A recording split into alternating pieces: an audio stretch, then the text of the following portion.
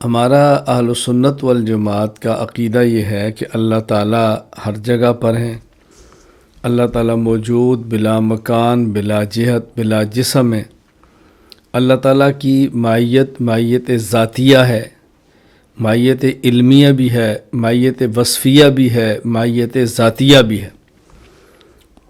میں نے اس پر قرآن کریم سے دلائل پیش کیے کہ اللہ تعالیٰ ہر جگہ پر ہیں، احادیث پیش کی کہ اللہ تعالیٰ ہر جگہ پر ہیں، عقلی دلائل پیش کیے کہ اللہ تعالیٰ کو صرف عرش پر مانے تو یہ اشکالات ہوں گے۔ 30 دلائل آپ کی خدمت میں پیش کی ہیں۔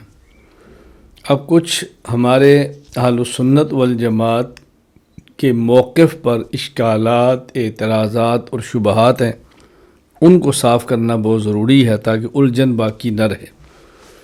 لیکن ان اعتراضات کے جوابات سننے سے پہلے بطور تمہید کے چند ایک باتیں اچھی طرح ذہن نشین فرما لیں۔ بنیادی نقطہ کیا ہے؟ اگر ایک چیز کا جسم ہو، حکم اور ہوتا ہے، اور اگر کسی چیز کا حکم نہ ہو تو حکم اور ہوتا ہے۔ یعنی کوئی چیز اگر بالجسم ہو تو اس کا حکم اور ہے، اور اگر کوئی چیز بلا جسم ہے تو اس کا حکم اور ہے۔ ان دونوں میں فرق ہے۔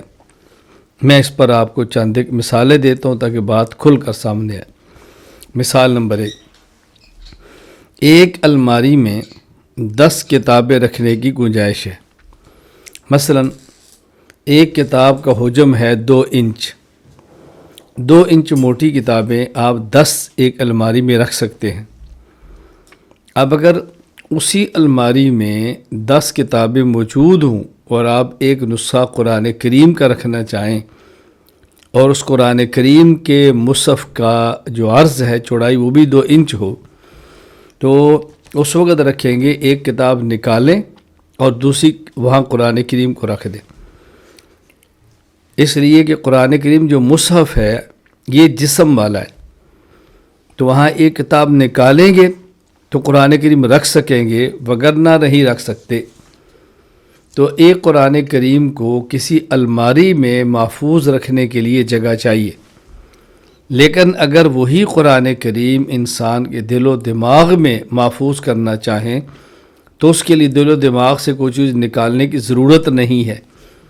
یعنی کوئی شخص قرآن کریم حفظ کرنا چاہتا ہے تو حفظ تب ہوگا کہ جب اس کے دماغ سے کچھ نکالیں اور پھر قرآن رکھیں، یا دل سے کچھ چیزیں نکال دیں پھر قرآن رکھیں، ایسی بات نہیں۔ تو قرآن کریم مصحف کی صورت میں الماری میں محفوظ کرنا چاہیں تو وہاں جگہ ہونا ضروری ہے، اس لیے کہ قرآن کریم جو مصحف ہے وہ جسم والا ہے۔ لیکن اگر قرآن کریم کو دل اور دماغ میں محفوظ کرنا چاہیں تو وہاں کچھ نکالنے کی ضرورت نہیں ہے، اس لیے کہ وہ قرآن کریم جو دل اور دماغ میں بلا جسم ہے، اس کو کسی خاص جگہ کی ضرورت نہیں ہے۔ مثال نمبر 2، اگر کوئی شخص قرآن کریم مصحف کی صورت میں بیت الخلاء میں لے کر جائے تو یہ بے ادبی ہے، اس لیے قرآن کریم نظر آ رہا ہے، قرآن کریم کا وجود ہے، قرآن کریم کا جسم ہے، یہ بے ادبی ہے۔ لیکن اگر کوئی شخص جو حافظ قرآن ہے، اس کے سینہ میں قرآن کریم محفوظ ہے، تو ظاہر اس کے سینہ میں قرآن کریم موجود بھی ہے۔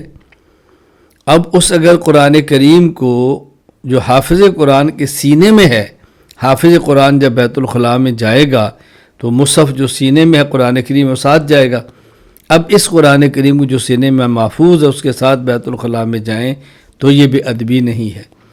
تو اگر کوئی شخص اپنے ہاتھ میں، اپنی جیب میں قرآن کریم کا مصحف جسم والا لے کر جائے تو بے ادبی ہے، اور حافظ قرآن جو اس کے سینے میں قرآن موجود ہے اس کو لے کر جائے بیت الخلاء میں تو یہ بے ادبی نہیں ہے، کیونکہ مصحف بالجسم ہے اور سینے میں موجود قرآن بلا جسم ہے، تو ان دونوں کے جسم کے ساتھ ہونے اور جسم کے ساتھ نہ ہونے میں یقیناً فرق پڑ جائے گا۔ مثال نمبر 3، اگر کوئی شخص کرسی پر بیٹھا ہے، آپ قرآن کریم وہاں نیچے زمین پر رکھ دیں اور خود اوپر کرسی پر بیٹھیں تو یہ بے ادبی ہے، یہ ادب کے خلاف ہے۔ یعنی قرآن کریم جو مصحف ہے وہ نیچے رکھیں اور خود کرسی پر بیٹھیں تو ادب کے خلاف ہے۔ لیکن اگر کوئی شخص بیان کر رہا ہے، وہ کرسی پر بیٹھا ہوا ہے اور بیان سننے والا قرآن کا حافظ ہے اور وہ نیچے ہے اور اس کے سینے میں قرآن موجود ہے، تو یہ بے ادبی نہیں۔ کیوں؟ جو مصحف قرآن کا ہے وہ جسم والا ہے، اور جو حافظ قرآن کے سینے میں قرآن محفوظ ہے وہ بلا جسم ہے۔ جسم والا ہے تو حکم اور ہے، اور جب بلا جسم ہے تو حکم اس کا اور ہے۔ مثال نمبر 4، اگر کوئی شخص قرآن کریم کو جو کہ مصحف ہے، جسم والا ہے، اس کو اپنی چارپائی پہ رکھے، اپنے بیڈ پہ رکھے اور خود اس کے اوپر بیٹھ جائے یا خود اس کے اوپر لیٹ جائے تو یہ ناجائز ہے، گناہ ہے، بے ادبی ہے۔ لیکن اگر کسی شخص کی اہلیہ، کسی کی بیوی قرآن کریم کی حافظہ ہو اور کوئی شخص اپنی اہلیہ کے اوپر لیٹ جائے جبکہ اس کے سینے میں قرآن موجود ہے تو یہ ادب کے خلاف نہیں، یہ جائز ہے۔ کیوں؟ اس لیے کہ جو مصحف چارپائی پر موجود ہے، بیڈ پر موجود ہے، قرآن کریم وہ جسم والا ہے، اور وہ قرآن جو اہلیہ کے سینے میں ہے وہ قرآن کریم بلا جسم ہے، تو جسم والا ہے تو حکم الگ ہے اور بلا جسم ہے تو حکم الگ ہے۔ مثال نمبر 5، اگر دلہن شادی کے بعد اپنے دلہا کے گھر آئے اور دلہن نے اپنے ہاتھ میں یا اپنے سینے کے ساتھ قرآن کریم لگایا ہوا ہے، اپنے میکے سے قرآن لے کر گئی ہے، ادب کے ساتھ سینے میں لگایا ہوا ہے، دلہا آگے بڑھتا ہے، دلہن سے قرآن کو لیتا ہے اور چوم لیتا ہے، یہ ادب ہے، قرآن کا حق ہے۔ حضرت عمر رضی اللہ عنہ جب قرآن کریم کی تلاوت کرتے تھے، قرآن کریم کو چومتے تھے، آنکھوں سے لگاتے اور فرماتے ھذا منشور ربی عز وجل، پھر قرآن کریم کی تلاوت فرماتے تھے، یہ ادب ہے۔ لیکن اگر کسی شخص کی بیوی قرآن کی حافظہ ہو اور وہ اپنے سسرال شوہر کے گھر میں داخل ہو اور داخل ہوتے شوہر سیدھا جائے اور خواتین اور مردوں کی موجودگی میں اس دلہن کے سینے کو چومنا شروع کر دے، کیوں؟ اس لیے کہ اس کے اندر قرآن موجود ہے، تو یہ بے ادبی ہے، یہ مروت کے خلاف ہے، یہ مناسب نہیں ہے۔ اگر دلہن کے ہاتھ میں قرآن ہو، اس کو سینے سے لگایا ہوا ہو، تو اس کو سب کے سامنے چوم لینا اس قرآن کو ادب ہے، لیکن دلہن کے سینے کو چومنا کہ اس کے سینے میں قرآن ہے، یہ ادب کے خلاف ہے۔ اب دیکھیں، ایک قرآن جسم والا تھا، اس کا حکم الگ ہے، اور وہی قرآن جو سینے میں بلا جسم ہے اس کا حکم الگ ہے۔ مثال نمبر 6، اگر کوئی شخص حالت جنابت میں ہے، اس پر غسل فرض ہے، یا کوئی خاتون جنابت کی حالت میں ہے، حیض کی حالت میں ہے، نفاس کی حالت میں ہے، اور وہ قرآن کریم کو چھونا چاہے تو بغیر حائل، بغیر موٹے کپڑے کے، بغیر کسی پردے کے اس قرآن کریم کو چھونا ناجائز ہے، جائز نہیں ہے، گناہ ہے۔ لیکن جو شخص حافظ قرآن ہے اور حالت جنابت میں ہے، حافظ قرآن عورت ہے، حالت جنابت میں ہے، قرآن کی حافظہ ہے اور حائضہ ہے، قرآن کی حافظہ ہے اور نفاس کی حالت میں ہے، اب دیکھیں اس کا بدن ناپاک ہے، یہ حافظہ ہے تو اس کے سینے میں قرآن موجود ہے، حافظہ تو اس کے سینے میں قرآن موجود ہے، یہ ادب کے خلاف نہیں ہے۔ تو حالت جنابت میں قرآن مصحف کی صورت میں تو اس کو ہاتھ لگانا ناجائز، لیکن اگر حافظ قرآن کے سینے میں قرآن موجود ہو، جنابت کی حالت ہو، تو یہ ادب کے خلاف بھی نہیں ہے اور ناجائز بھی نہیں ہے۔ مثال نمبر 7، اگر قرآن مصحف کی صورت میں موجود ہے اور آپ قرآن کی کریم کے ساتھ کوئی ایک اور کتاب ملائیں، ایک ادھر سے کتاب، ایک دائیں سے ایک بائیں سے، مثلا درمیان میں قرآن کریم ہے، تو سوال پیدا ہوگا جو آپ نے قرآن کریم کتاب کو اکٹھا کر دیا ہے اور ایک آپ نے پیکٹ بنا دیا ہے، پیک بنا دی، اس میں قرآن بھی ہے اور کتابیں بھی ہیں، تو آپ یہ بتائیں کہ یہ ایک پیکٹ میں جو قرآن اور کتابیں اکٹھی ہوئی ہیں، ان کا آپس میں حلول ہوا ہے یا اتحاد ہوا ہے؟ لیکن وہی اگر قرآن کریم کسی شخص کے سینے میں ہو اگر قرآن کریم کسی شخص کے سینے میں ہو تو وہاں سوال نہیں کریں گے اس قرآن کا بندے کے سینے کے ساتھ حلول ہے یا اتحاد ہے، بالکل نہیں کریں گے۔ قرآن کریم بھی سینے کے اندر ہے اور اسی شخص کے سینے میں کوئی اور کتاب بھی موجود ہے، حفظ کی ہوئی ہے، تو نہیں پوچھیں گے ان دونوں کا اتحاد ہے یا حلول ہے۔ اتحاد اور حلول کا سوال وہاں پر ہوگا جہاں جسم ہو، اور اگر کوئی چیز بلا جسم ہو وہاں اتحاد اور حلول کا سوال ہی پیدا نہیں ہوتا۔ تو یہ 7 باتیں بنیادی میں نے آپ کی میں 7 مثالیں دی ہیں ایک بات کو سمجھانے کے لیے۔ اگر ایک چیز جسم والی ہو اس کا حکم الگ ہوتا ہے، اور اگر کوئی چیز بلا جسم ہو تو اس کا حکم الگ ہوتا ہے۔ جب یہ بات ذہن نشین ہوگی اب آپ اعتراضات سنیں اور اعتراضات کے جوابات سنیں۔ غیر مقلدین کا بڑا معروف اعتراض یہ ہے، وہ کہتے ہیں جب تم اللہ تعالیٰ کو ہر جگہ مانتے ہو تو یہ بتاؤ کیا اللہ تعالیٰ بیت الخلاء میں بھی ہے؟ اگر آپ کہتے ہیں جی اللہ تعالیٰ بیت الخلاء میں بھی ہے تو یہ تو بے ادبی ہے، زبان جل جائے، کون کہے گا؟ اور اگر آپ کہتے ہیں اللہ تعالیٰ بیت الخلاء میں نہیں ہے تو جو آپ کا عقیدہ تھا اللہ ہر جگہ ہے وہ آپ کا عقیدہ ٹوٹ گیا، اب کیا جواب دیں گے؟ تمہید آپ کے ذہن میں آ گئی، اب کوئی اشکال نہیں۔ کیوں؟ ہم کہتے ہیں اگر اعتراض تب ہوگا جب ہم اللہ تعالیٰ کو ہر جگہ موجود مانیں اور جسم کے ساتھ مانیں، اور جب موجود مانیں گے اور بغیر جسم کے مانیں گے پھر کوئی اشکال نہیں ہے۔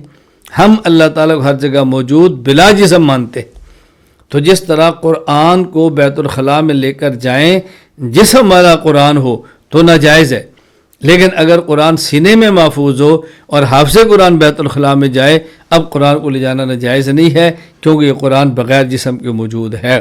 اشکال تب ہوگا جب آپ اللہ تعالیٰ کو جسم کے ساتھ مانیں۔ اس پر مجھے ایک واقعہ یاد آیا کہ ہمارے ہاں ایک نوجوان تھا، غیر مقلد تھا اور حافظ آباد پنجاب کا رہنے والا تھا۔ اس نے مجھ سے سوال کیا کہ یہ بتائیں مولانا صاحب اللہ تعالیٰ ہر جگہ ہے؟ میں نے کہا جی ہاں۔ تو کیا اللہ تعالیٰ بیت الخلاء میں بھی ہے؟ اب اگر میں کہتا ہوں ہے تو کیسے کہہ سکتا ہوں اللہ بیت الخلاء میں؟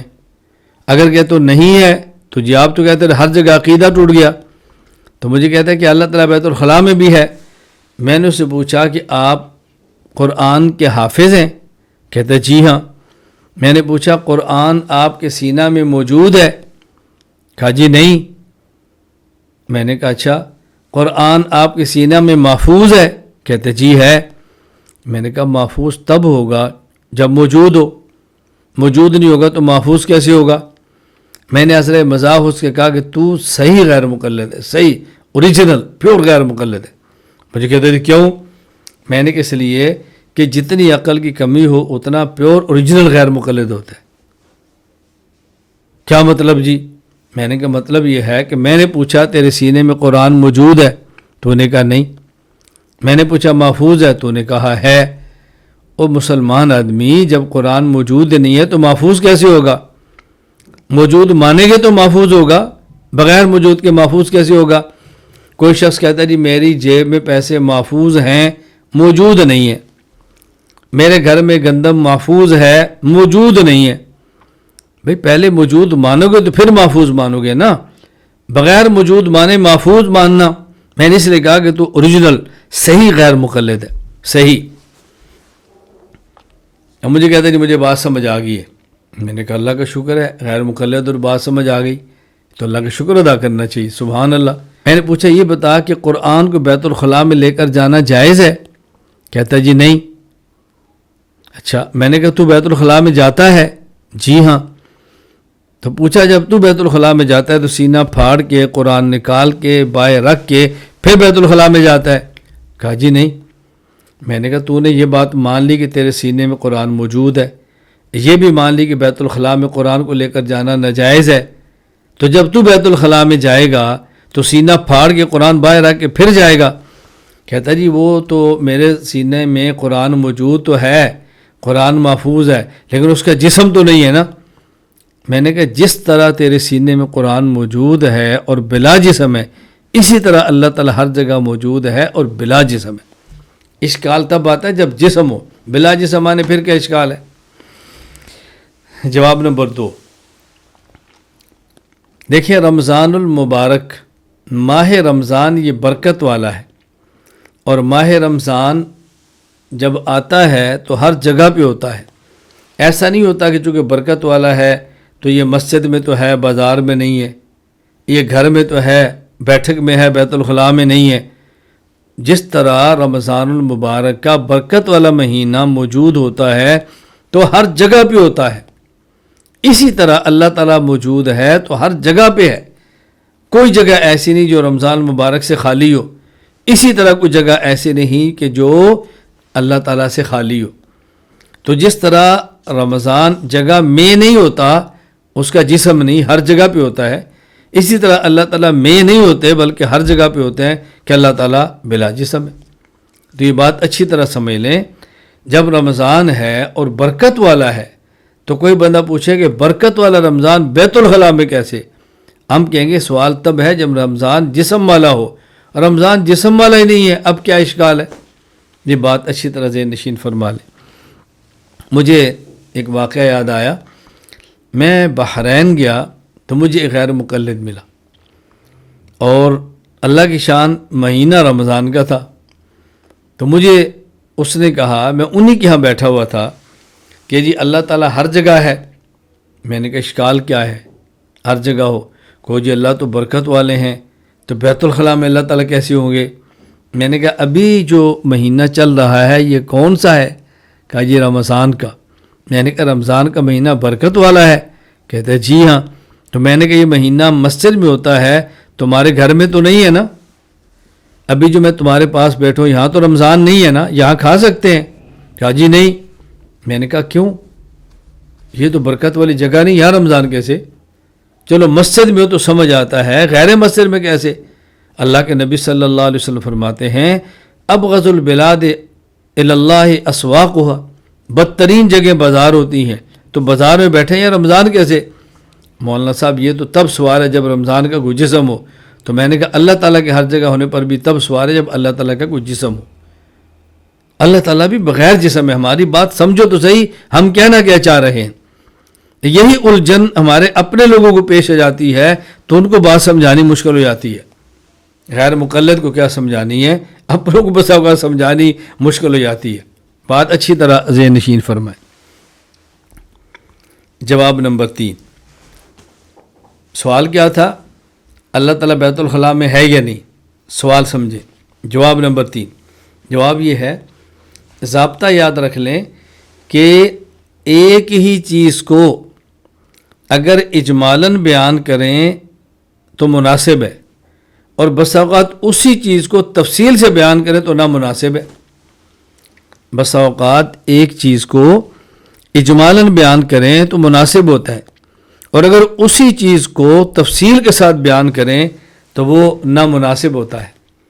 میں اس پر آپ کی خدمت میں چند ایک مثالیں دیتا ہوں تاکہ بات اچھی طرح کھل جائے۔ قرآن کریم سورۃ الاحزاب آیت نمبر 72، اللہ تعالیٰ فرماتے ہیں اِنَّا عَرَضْنَا الْأَمَانَةَ عَلَى السَّمَاوَاتِ وَالْأَرْضِ وَالْجِبَالِ فَأَبَيْنَ أَن يَحْمِلْنَهَا وَأَشْفَقْنَ مِنْهَا وَحَمَلَهَا الْإِنسَانُ إِنَّهُ كَانَ ظَلُومًا جَهُولًا۔ اللہ تعالیٰ نے اپنی امانت کو آسمان و زمین پر پیش کیا، پہاڑوں پر پیش کیا، وہ ڈر گئے اور اٹھانے کے لیے تیار نہیں ہوئے۔ اور جب اللہ نے اپنی امانت کو انسان پر پیش کیا تو انسان نے اٹھا لیا۔ حملہ الانسان، انسان نے اٹھایا۔ آگے فرمایا انہ کان ظلوما جہولا، یہ انسان ظالم بھی ہے اور بڑا نادان بھی ہے۔ ظالم بھی ہے اور جاہل بھی ہے۔ ظلومن جہولا، بہت بڑا ظالم بھی ہے اور بہت بڑا جاہل بھی ہے۔ اب دیکھو کوئی بندہ آپ سے پوچھے الیاذ باللہ الیاذ باللہ، انبیاء علیہ السلام کی بات تو کہتے ہوئے بندے کو ڈر لگتا ہے، صحابہ کرام کی باتیں کرتے ہوئے تو ڈر لگتا ہے نا۔ کوئی بندہ کسی نبی کے بارے میں پوچھے تو نبی کے بارے میں کیا کہتا ہے؟ اگر کوئی شخص کسی عالم کے بارے میں پوچھ لے، کسی مقتدیٰ کے بارے میں پوچھ لے، اسی غیر مقلد سے پوچھ لو بھئی یہ جو تیرے شیخ صاحب ہیں تجھے پٹیاں پڑھاتے ہیں، سبق پڑھاتے ہیں، یہ شیخ صاحب انسان بھی ہیں کہ نہیں؟ کہے جی انسان ہے۔ اچھا جاہل ہے؟ جی نہیں۔ ظالم ہے؟ جی نہیں۔ قرآن تو کہتا ہے انسان ظالم بھی اور جاہل بھی ہے، تو جب تیرا شیخ انسان ہے تو ظالم بھی ہوگا تو جاہل بھی ہوگا نا۔ اب بتائیں کیا جواب دیتا ہے؟ پوچھے ذرا اس سے۔ اب دیکھیں ویسے کہنا کہ انسان ظالم ہوتا ہے یہ بات تو ٹھیک ہے، لیکن انسانوں میں سے خاص انسان کا نام لے لے کر کے انسان عالم ہے تو تب بھی ظالم ہے، تب بھی جاہل ہے، انسان فقیہ ہے تو عالم ہے، فقیہ ہے تب بھی جاہل ہے اور ظالم ہے، مفسر ہے تو تب بھی جاہل اور ظالم ہے، محدث ہے تو تب بھی جاہل اور ظالم ہے، الیاذ باللہ بغیر صحابہ اور انبیاء علیہ السلام کا نام لیں کہ جب قرآن کہتا ہے انسان ظالم ہے تو اس میں کون سی غلط بات ہم کہہ رہے ہیں؟ اب ہم کہیں گے کہ دیکھو یہ کہنا کہ انسان نادان ہے یہ ٹھیک ہے، لیکن انسانی افراد میں سے ہر فرد کو لے لے کر کہنا یہ بھی نادان، یہ بھی نادان، یہ بھی نادان، یہ بھی نادان، کون اس کے لیے تیار ہوگا؟ تو انسان کو اجمالاً یہ کہہ دینا کہ انسان نادان ہے اور بہت بڑا ظالم ہے یہ ٹھیک ہے، لیکن فرد انسانی ہر انسان کا نام لے لے کر، ہر جنس کا نام لے لے کر کہنا کہ یہ بھی نادان اور جاہل ہے، یہ بھی نادان اور ظالم ہے، یہ بے ادبی ہے۔ صرف بے ادبی نہیں، بس اوقات ناجائز ہے، ناجائز نہیں بس اوقات کفر ہو جاتا ہے۔ انبیاء علیہ السلام کے بارے میں آپ کہہ دو کہ نبی ظالم بھی ہوتا ہے، نادان بھی ہوتا ہے، تو کیسے ایمان باقی رہ جائے گا؟ کیسے ایمان باقی رہ جائے گا؟ میں یہ بات سمجھا رہا ہوں، ایک ہی چیز کو اجمالاً کہیں تو حکم اور ہوتا ہے، اور اسی چیز کو تفصیلاً کہیں تو حکم اور ہوتا ہے۔ بات اچھی طرح سمجھ لیں۔ اب دیکھیں کوئی شخص نکاح کر کے دیتا ہے اپنی بیٹی کا، اور سسر اپنے داماد سے کہے میری بیٹی بہت لاڈلی ہے، بہت چہیتی ہے، میں نے اس کو بہت پیار سے پالا ہے، تو بیٹا اس کا بہت خیال رکھنا، اس کے حقوق ادا کرنا، اس کی حق تلفی نہ کرنا، تو پھر بہت مناسب ہے۔ اگر نکاح ہو، مجلس ہو، اور نکاح کی مجلس میں نکاح خان مولانا صاحب فرما دیں کہ بیٹا دیکھو یہ بیٹی ماں باپ نے پالی ہے، جگر کا ٹکڑا تمہیں دے رہے ہیں، اس کی حق تلفیہ نہ کرنا، اس کے حقوق کا خیال رکھنا، یہ بات تو ٹھیک ہے۔ لیکن اگر وہ ایک ایک حق مجلس میں گنوانا شروع کر دیں کہ بھی یہ بہت نیک لڑکی ہے، بڑی شریف لڑکی ہے، بڑے خاندان کی لڑکی ہے، بڑے ان نے پالا ہے وہ محبت سے، تو بیٹا اس کو کھانا بھی کھلانا ہے، اس کو پانی بھی پلانا ہے، اس کو کپڑے بھی دینا، اور اس کا یہ بھی کرنا اور وہ بھی کرنا، یہ کہہ سکتے ہیں؟ اب دیکھو یہ کہنا کہ بیٹی کے حقوق ادا کرنا اجمالاً یہ تو ٹھیک ہے، لیکن تمام حقوق مجالس میں گنوانا یہ بے ادبی ہے۔ تو ایک بات کو اجمالاً کہنا بس اوقات ادب ہوتا ہے، اور اس کو تفصیلاً کہنا بے ادبی ہوتی ہے۔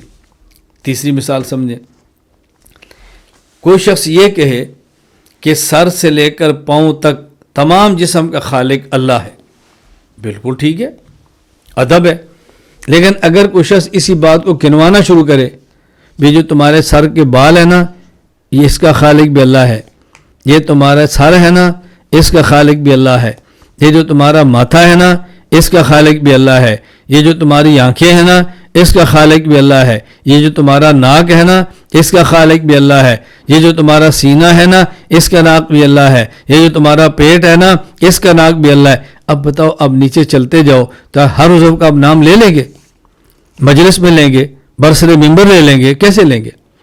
تو یہ کہنا کہ سر سے لے کر پاؤں تک پورے جسم کا خالق اللہ ہے یہ ادب ہے، اور ایک ایک عضو کو گنوا کے ان اعضاء کا نام لے لے کر کہنا کہ اس کا خالق بھی اللہ ہے، یہ مزاح استہزاء نہیں تو اور کیا ہے؟ بے ادبی نہیں تو کیا ہے؟ بس اوقات تو خدشہ ہے کہ یہ آدمی کفر کے اندر نہ پہنچ جائے، کیسے باتیں کہہ رکھی ہیں مجمع عام کے اندر، مذاق اڑا رہے، بہت زیادہ خیال فرمائیں۔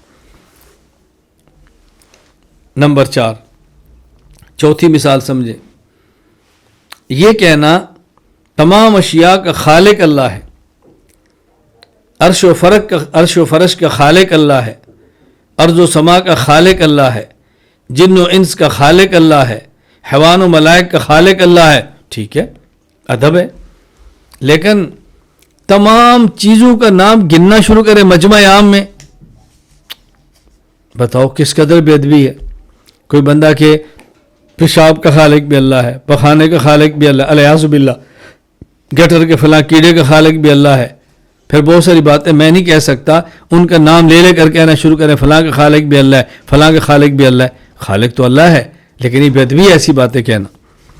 تو میں نے آپ کی خدمت میں 4 مثالیں دی ہیں یہ بات سمجھانے کے لیے، ایک ہی بات کو اجمال کے ساتھ کہیں تو ادب ہوتا ہے، اسی بات کو تفصیلاً کہیں تو بے ادبی ہو جاتی ہے.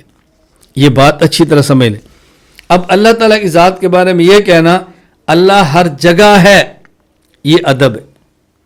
اللہ ہر جگہ ہے، یہ ادب ہے. اللہ ہر جگہ ہے، یہ ادب ہے. اور گنوانا شروع کرنا اللہ سینمے میں بھی ہے، الیاذ باللہ. غیر مقلد کہتے ہیں کہ اللہ سینمے میں بھی ہے، اللہ عرش پر بھی ہے، عرش کیا یہ اللہ تعالیٰ بازار میں بھی ہے، بیت الخلاء میں بھی ہے. اللہ تعالیٰ معاف فرمائے، میں نے اپنے کانوں سے یہاں تک کہتے ہوئے سنا ہے کہ تقریر کی جا رہی ہے جلسے میں، اور بیان کے دوران ایک ان کے مسلک کے مولانا صاحب کہہ رہے ہیں دیکھو ذرا میری کرسی کے نیچے اللہ ہے کہ میں اللہ کے اوپر تو نہیں آ گیا، کہ میں اللہ کے اوپر تو نہیں بیٹھ گیا، دیکھنا ذرا. الیاذ باللہ. یہ کس قدر جہالت اور نادانی کی باتیں ہیں. اس لیے صرف اتنا کہنا کہ اللہ ہر جگہ ہے یہ ادب ہے، اور ایک جگہ گنوا کر کہنا شروع کر دینا یہ بے ادبی ہے. اعتراض نمبر 2. دوسرا اعتراض. اس اعتراض کو سمجھنے سے پہلے ایک چھوٹی سی بات سمجھ لیں بطور تمہید کے. وہ یہ کہ دو چیزوں کا ایک ہو جانا اس طرح کہ دونوں میں سے ہر ایک کا وجود باقی رہے اور دونوں ایک بھی ہو جائیں، اسے اتحاد کہتے ہیں. اور دو چیزوں کا اس طرح ایک ہو جانا کہ ایک چیز اپنا وجود ختم کر کے دوسرے میں فنا ہو جائے، اسے حلول کہتے ہیں. جس طرح آملیٹ بنتا ہے تو آملیٹ میں انڈا، ٹماٹر، پیاز، ہری مرچ، کالی مرچ، کتنی چیزیں موجود ہیں، وہ سب اکٹھی ہوتی ہیں تو آملیٹ بنتا ہے. اور ہر ایک کا وجود الگ الگ بھی ہوتا ہے. گھی بھی نظر آ رہا ہے، انڈا بھی نظر آ رہا ہے، پیاز بھی نظر آ رہا ہے، ٹماٹر بھی نظر آ رہا ہے، ہری مرچ بھی نظر آ رہی ہے، کالی مرچ بھی نظر آ رہی ہے. آملیٹ بنا ہوا ہے، مزے لے کر کھائیں. اور ایک ہے پانی، آپ اس میں چینی ڈالیں اور میٹھا پانی پی لیں. اب چینی اور پانی ملتے ہیں تو میٹھا پانی بنتا ہے. اس میں چینی نظر نہیں آتی، پانی ہی نظر آتا ہے.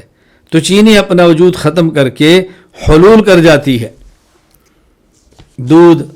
کوئی دودھ میں چینی ڈالے، دودھ میٹھا ہو گیا تو اس میں چینی حلول کر گئی ہے. تو دو چیزوں کا اس طرح ایک ہونا کہ ہر ایک کا وجود الگ بھی نظر آئے، اتحاد ہے. دو چیزوں کا اس طرح ایک ہونا کہ ایک اپنے وجود کو فنا کر دے، اس کا نام حلول ہے. یہ جو میں نے آپ کو بات سمجھائی ہے تمہید، اس کا معنی یہ نہیں ہے کہ آپ پانی میں چینی ڈال کے پیلنا شروع کر دیں. میں یہ پانی میں چینی ڈال کر میٹھا پانی کی پینے کی ترغیب نہیں دے رہا، میں صرف بطور مثال سمجھا رہا ہوں جو آپ کرتے ہیں. اور ایسا نہ ہو کہ آپ دودھ میں چینی ڈال کر پینا شروع کر دیں. کیوں جی؟ یہ استاد جی نے مثال دی تھی. میں نے اس لیے مثال نہیں دی تھی کہ آپ پینا شروع کریں، میں نے اس لیے مثال دی ہے کہ آپ یوں پیتے ہیں. ورنہ دودھ میں چینی ڈالنے کی کیا ضرورت ہے؟ دودھ کے اندر تو اپنی طبی مٹھاس موجود ہے.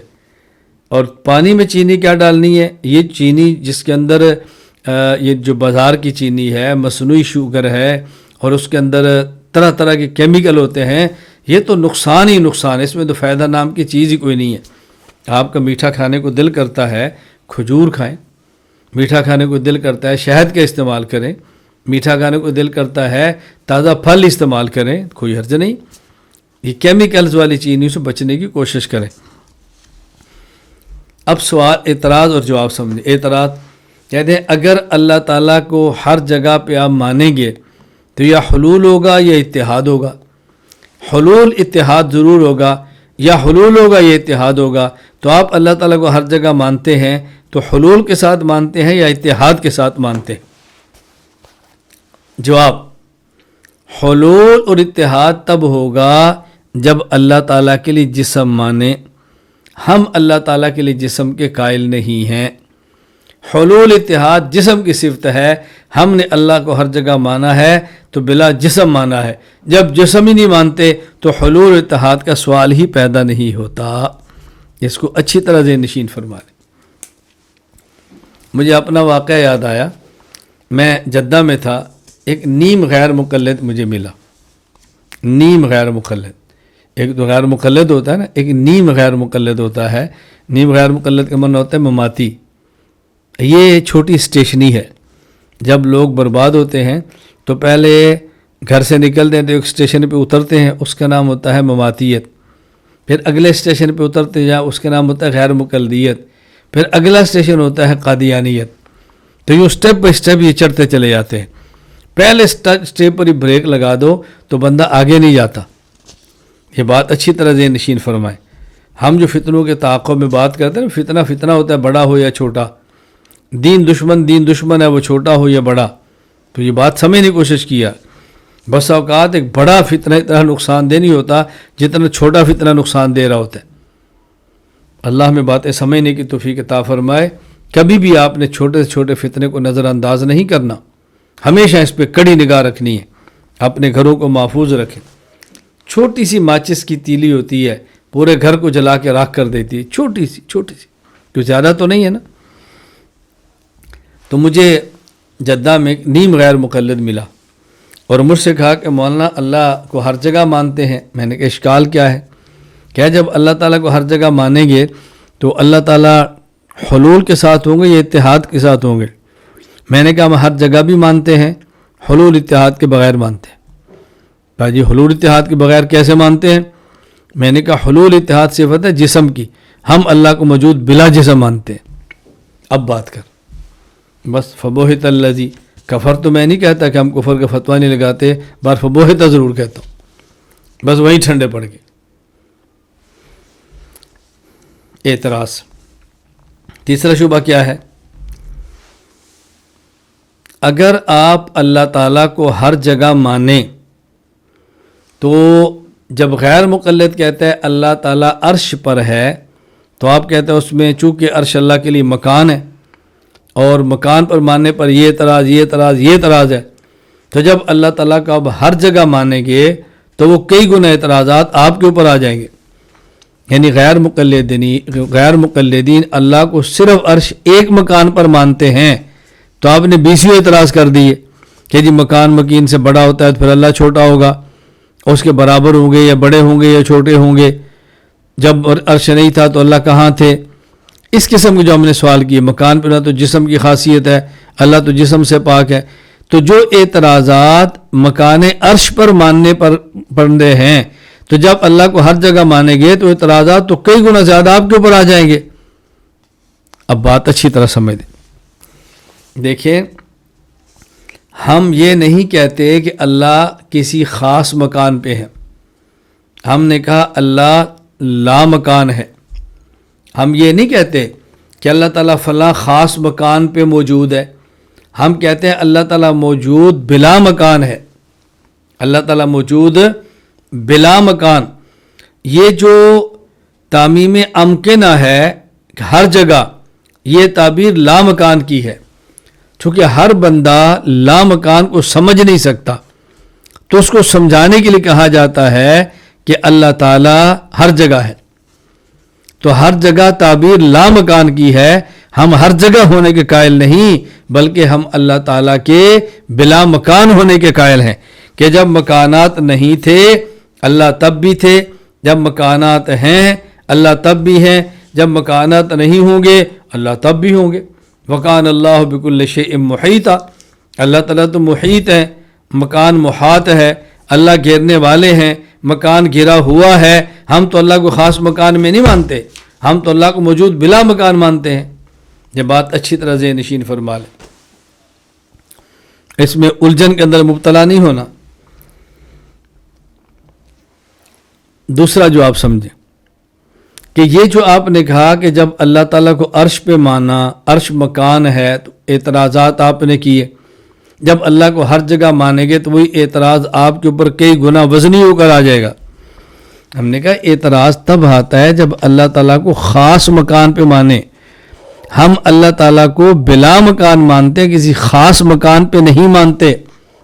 اور غیر مقلد اللہ تعالیٰ کو خاص مکان یعنی عرش پر مانتے ہیں. تو ایک ہوتا ہے موجود بلا مکان ہونا جس کو ہم کہتے ہیں ہر جگہ، اور ایک ہوتا ہے موجود بمکان خاص ہونا. یہ الگ بات ہے. دونوں میں بہت فرق ہے اور فرق سمجھنے کی کوشش کریں.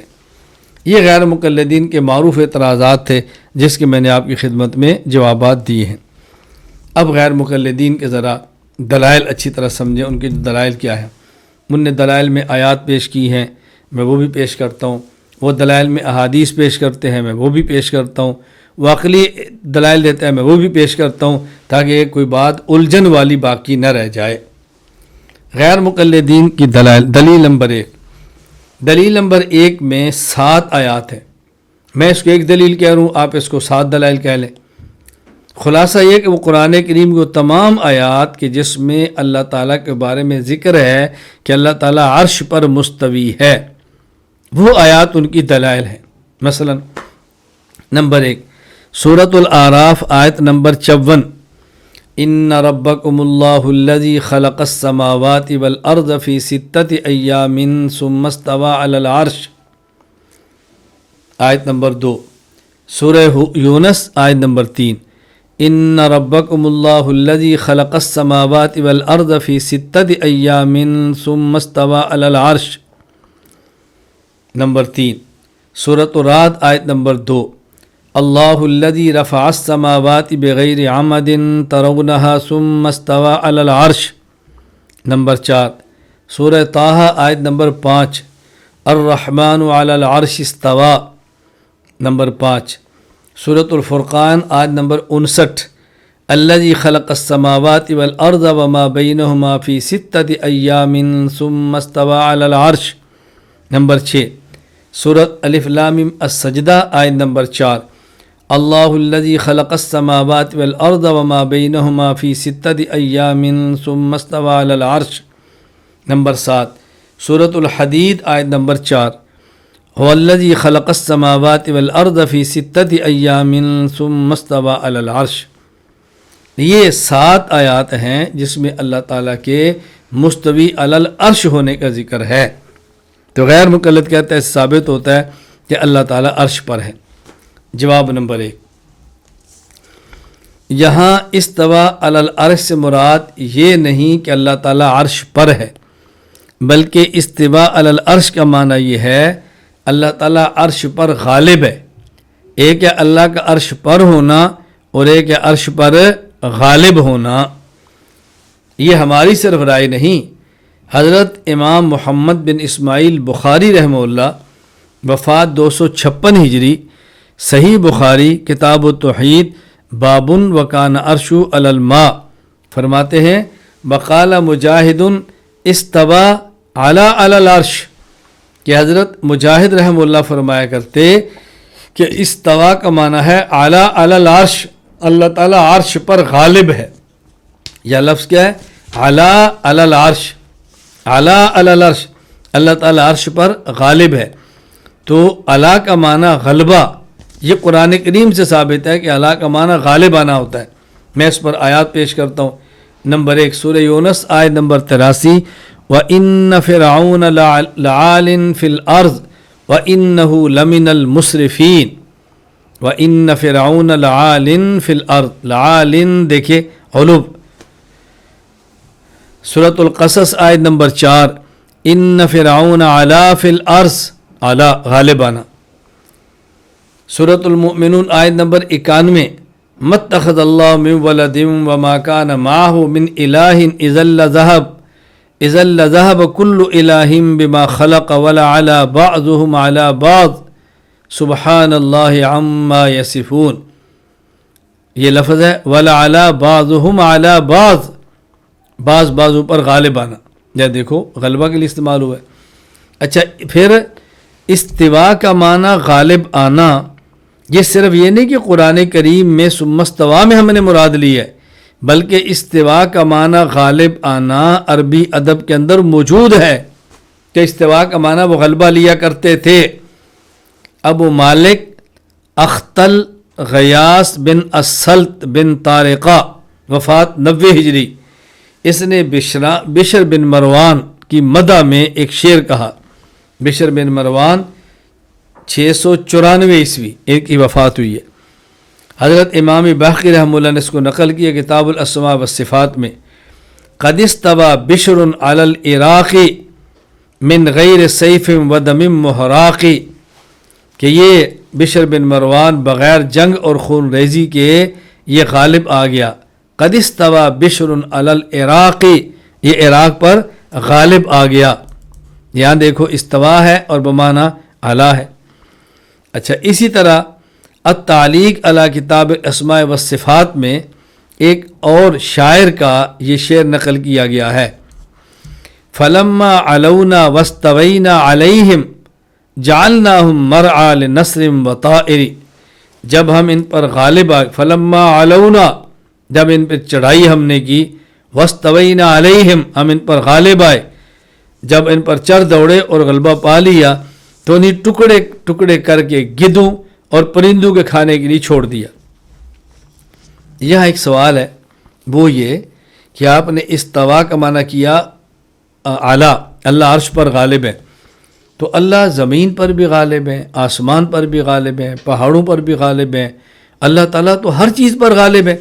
تو پھر اللہ تعالیٰ کو قرآن کریم میں عرش کا ذکر کرنے کی ضرورت کیا تھی کہ اللہ تعالیٰ عرش پر غالب ہے، یہ کیوں فرمایا؟ جواب سمجھیں.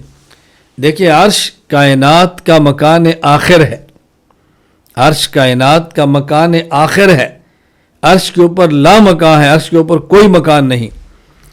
ہمارے اوپر آسمان، پھر دوسرا آسمان، پھر تیسرا آسمان، پھر چوتھا، پھر پانچواں، پھر چھٹا، پھر ساتواں، 7 آسمان، پھر اس کے اوپر کرسی، پھر اس کے اوپر پانی، پھر اس کے اوپر عرش، اوپر کوئی مکان نہیں ہے.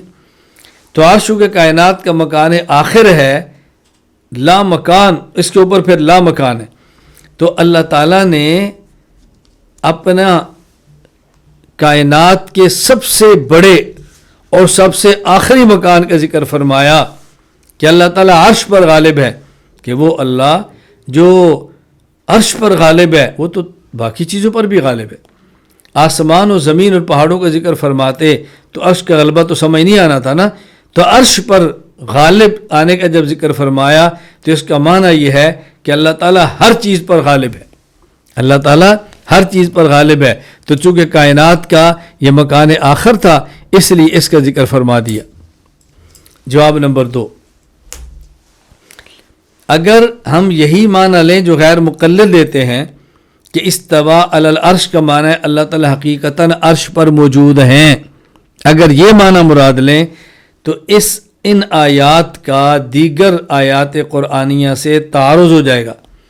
یعنی وہ تمام آیات کے جن میں سے ثابت ہوتا ہے اللہ تعالیٰ آسمان میں ہے، اللہ تعالیٰ زمین میں ہے، اللہ تعالیٰ ہر چیز کے ساتھ ہے، اللہ تعالیٰ ہر جگہ پر ہیں، ان آیات قرآنیہ سے تعارض ہو جائے گا. اور قرآن کا فیصلہ ہے وَلَوْ كَانَ مِنْ عِنْدِ غَيْرِ اللَّهِ لَوَجَدُوا فِيهِ اخْتِلَافًا كَثِيرًا. یہ قرآن اللہ کی طرف سے ہے، اللہ کے غیر کی طرف سے نہیں ہے. جس کی دلیل کیا کہ قرآنی آیات میں تعارض نہیں، تعارض نہ ہونا اس بات کی دلیل ہے یہ اللہ کا کلام ہے.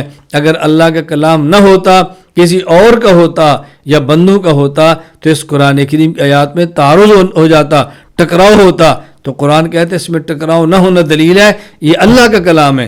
اور اگر استوا علی العرش کا معنی لیں گے کہ اللہ تعالیٰ اپنی ذات اور جسم کے اعتبار سے حقیقتاً عرش پر ہیں تو پھر ان آیات کا دیگر آیات قرآنیہ سے تعارض جائے گا.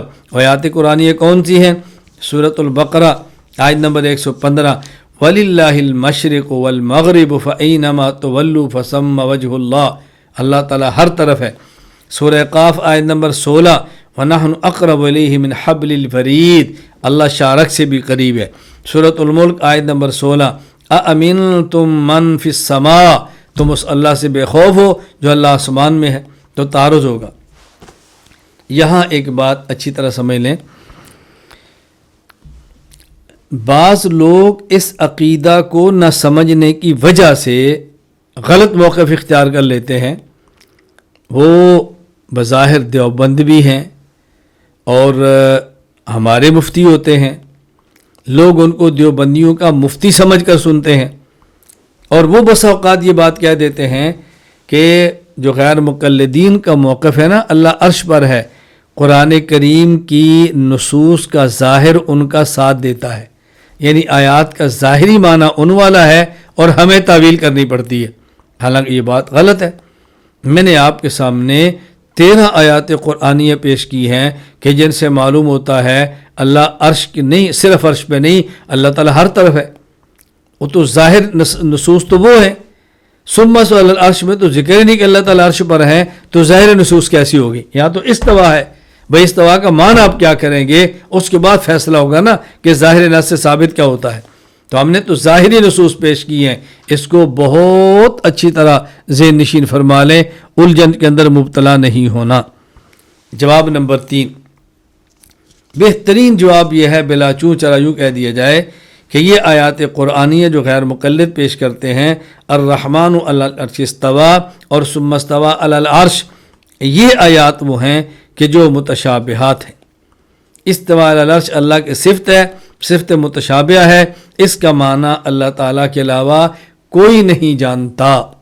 یہ اچھی طرح ذہن نشین فرما لیں تاکہ کوئی الجھن باقی نہ رہے۔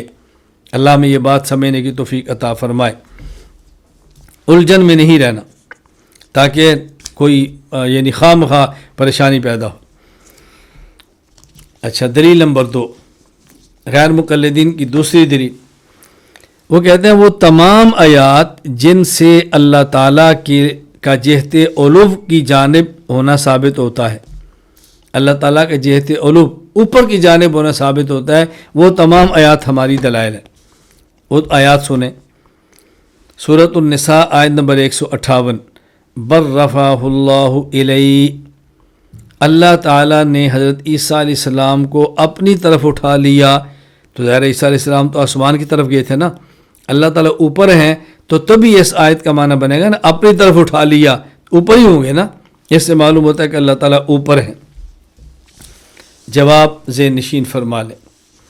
ایک جواب تو دیا ہے امام ابو عبداللہ محمد بن احمد القرطبی رحمہ اللہ، وفات 671 ہجری، تفسیر الجامع احکام القرآن میں، کہ یہاں بر رفعہ اللہ الیہ، یہ ہی سے مراد ہے الی السماء، واللہ تعالی متعال عن المکان، اللہ تعالیٰ نے عیسیٰ علیہ السلام کو آسمان کی طرف اٹھا لیا، تو یا اللہ تعالیٰ کی جانب اٹھانے سے مراد آسمان کی جانب اٹھانا ہے، اس لیے کہ اللہ تعالیٰ مکان سے پاک ہے، اللہ تعالیٰ کسی خاص مکان میں نہیں ہے کہ تم یہ اشارہ کرو کہ اللہ تعالیٰ کی طرف چلے گئے ہیں۔ یہ تو جواب دیا علامہ قرطبی رحمۃ اللہ علیہ نے۔ اس کا جواب نمبر 2، یہ جواب بہت اہم ہے اور بہت توجہ کے ساتھ آپ نے اس جواب کو سمجھنا ہے۔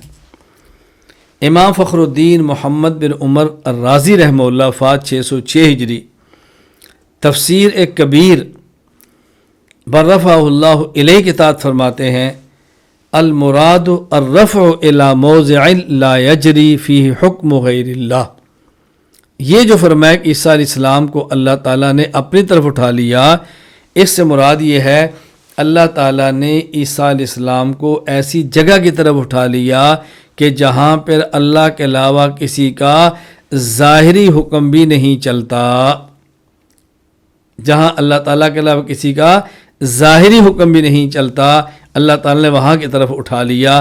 یہ جواب بہت اہم ہے۔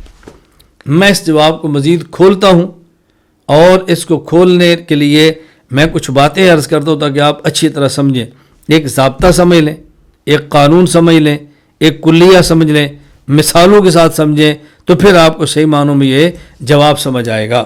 دنیا میں ہر چیز پر حقیقی اختیار اللہ تعالیٰ کا ہے، اور بسا اوقات ظاہری اختیار اللہ تعالیٰ بندے کو دے دیتے ہیں، اور بسا اوقات ظاہری اختیار بھی اپنے پاس رکھتے ہیں۔ دنیا میں ہر چیز پر حقیقی اختیار تو اللہ تعالیٰ کا ہے، ظاہری اختیار بسا اوقات اللہ تعالیٰ اپنے پاس رکھتے ہیں، اور بعض چیزوں میں ظاہری اختیار اللہ تعالیٰ بندے کو دے دیتے ہیں۔ تو جہاں حقیقی اختیار کے ساتھ ظاہری اختیار بھی اللہ تعالیٰ اپنے پاس رکھے، وہاں اس چیز کی نسبت اللہ کی طرف ہو جاتی ہے، اور جہاں ظاہری اختیار اللہ تعالیٰ بندے کو دے دیں تو وہاں نسبت بندے کی طرف ہو جاتی ہے۔ اس کی ذرا آپ مثالیں سمجھیں تاکہ بات کھل کر سامنے آئے۔ ایک شخص کو آپ ملنے کے لیے گئے اور دروازے پہ دستک دی، اندر سے نوجوان نکلا، آپ پوچھتے ہیں جی آپ کے والد صاحب کہاں پر ہیں؟ کہا جی میرے ابو جان لاہور گئے ہیں، میرے والد صاحب کراچی گئے ہیں۔ ٹھیک ہے، آپ سمجھ گئے لاہور گئے ہیں، واپس کب آئیں گے؟ جی 2 دن بعد آئیں گے، 10 دن بعد آئیں گے، ہمیں پتہ نہیں کب آئیں گے۔ نمبر 2، آپ کسی سے پوچھتے ہیں بھی آپ کے دادا ابو کہاں پر ہیں؟ جی دادا ابو تو اللہ میاں کے پاس ہے۔ اب اللہ میاں کے پاس جانے کا معنی ہے کہ دادا ابو فوت ہو گئے۔ تو اگر کسی شخص کا والد یا تعلق والا دنیا میں کسی جگہ پر جائے تو آپ کہتے ہیں جی وہ شخص فلاں جگہ پر گیا ہے، اور اگر فوت ہو جائے تو آپ کہتے ہیں اللہ میاں کے پاس چلا گیا ہے۔ دونوں میں فرق کیا ہے؟ چونکہ لاہور جانے والا یہ اپنی مرضی سے گیا ہے اور اپنے اختیار سے آئے گا، تب آپ نے کہا جی یہ بندہ فلاں جگہ پر گیا، واپس آ جائے گا۔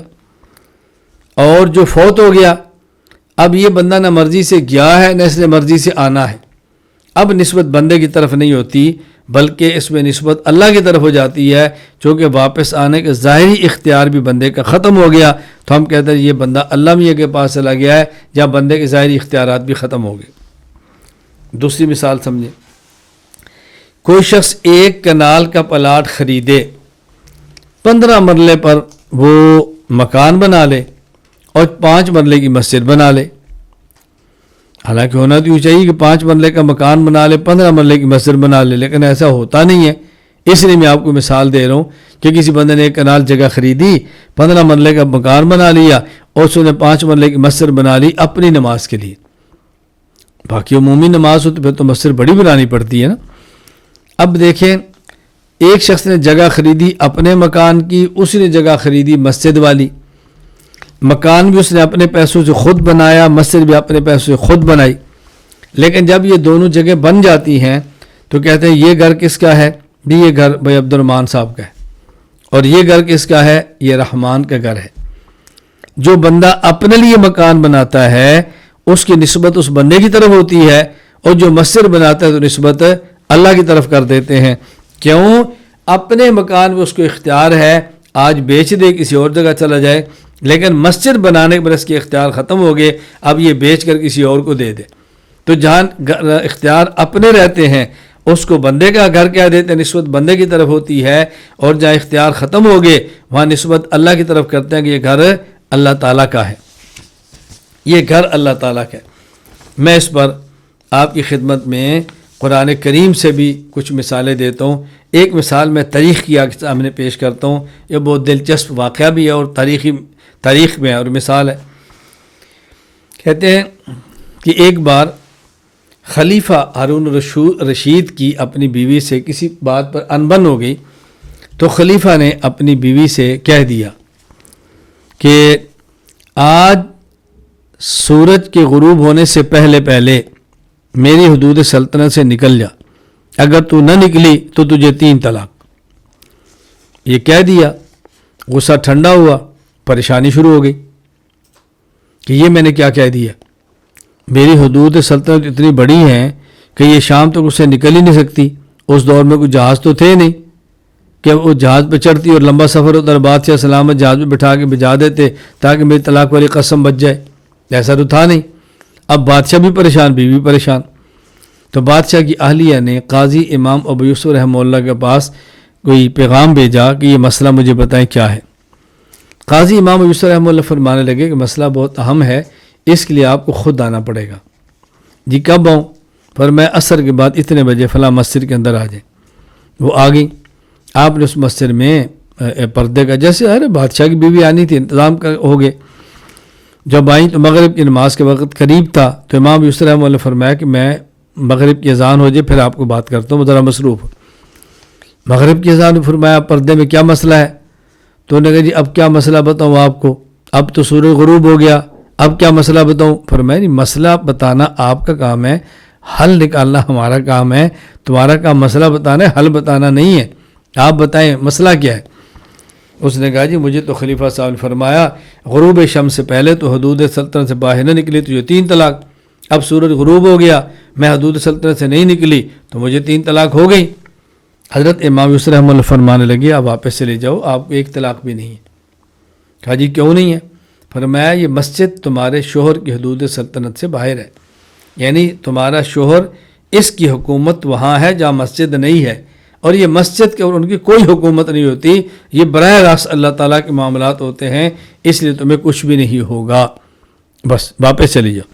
اب دیکھو کتنا اہم معاملہ ہے اور کتنی ایک عجیب بات ہے۔ میں اس لیے بات سمجھا رہا ہوں کہ جہاں ظاہری اختیار بھی اللہ اپنے پاس رکھے نسبت اللہ کی طرف ہے، ظاہری اختیار بندے کو دے تو نسبت بندے کی طرف ہو جاتی ہے۔ قرآنی آیات سمجھیں، سورہ آل عمران آیت نمبر 19، ان الدین عند اللہ الاسلام، دین اللہ کے نزدیک صرف اور صرف اسلام ہے۔ یہ عند اللہ کیوں فرمایا؟ کہنا چاہیے ان الدین الاسلام، دین اسلام ہی ہے، بندوں کے یہاں بھی دین اسلام ہے، اللہ کے یہاں بھی دین اسلام ہے، یہ عند اللہ کا لفظ لانے کی ضرورت کیا تھی؟ یہ بات سمجھ لیں، یہ بتایا کہ دین ایسی چیز ہے کہ جس میں تبدیلی کا اختیار اللہ کی ذات کے علاوہ کسی کو نہیں، اس لیے فرمایا ان الدین عند اللہ الاسلام۔ جب مشرکین مکہ نے رسول اکرم صلی اللہ علیہ وسلم سے گزارش کی تھی ائتنا بقرآن غیر ھذا او بدل، یا پیغمبر اس کی بجائے کوئی اور قرآن لے آؤ، اس کو اپنے پاس رکھو، کوئی اور لے آؤ، یا قرآن کو بدل دو، یا تغییر قرآن کرو یا تبدیل قرآن کرو، ہمارے بس میں عمل نہیں ہے۔ تو اللہ نے فرمایا ان کو بتا دو قل ما یکون لی ان ابدلہ من تلقاء نفسی، میرا اس قرآن کو بدلنا میرے اختیار میں نہیں، میں وحی کا پابند ہوں۔ تو دین کو عند اللہ اسلام بتایا اس لیے کہ دین میں تبدیلی کا اختیار کسی کو بھی نہیں ہے۔ میں اپنے موقع پر بتا چکا ہوں کہ تغییر اور تبدیل میں فرق ہوتا ہے، ایک ہوتا ہے تغییر، ایک ہوتا ہے تبدیل۔ تغییر الگ چیز ہے، تبدیل الگ چیز ہے۔ تغییر کا معنی کوئی شخص بازار جاتا ہے، وہاں سے جوتا لے کر آتا ہے اپنے والد صاحب کے لیے، والد صاحب کو پسند نہیں آتا، وہ جوتا خود رکھ لیتا ہے اور والد صاحب کے لیے کوئی اور لے آتا ہے، اسے کہیں گے تغییر نالین۔ اور اگر کوئی شخص وہی جوتا واپس دکاندار کو دیتا ہے اور دکاندار کو دے کر کوئی اور جوتا لے آتا ہے، اسے کہیں گے تبدیل نالین۔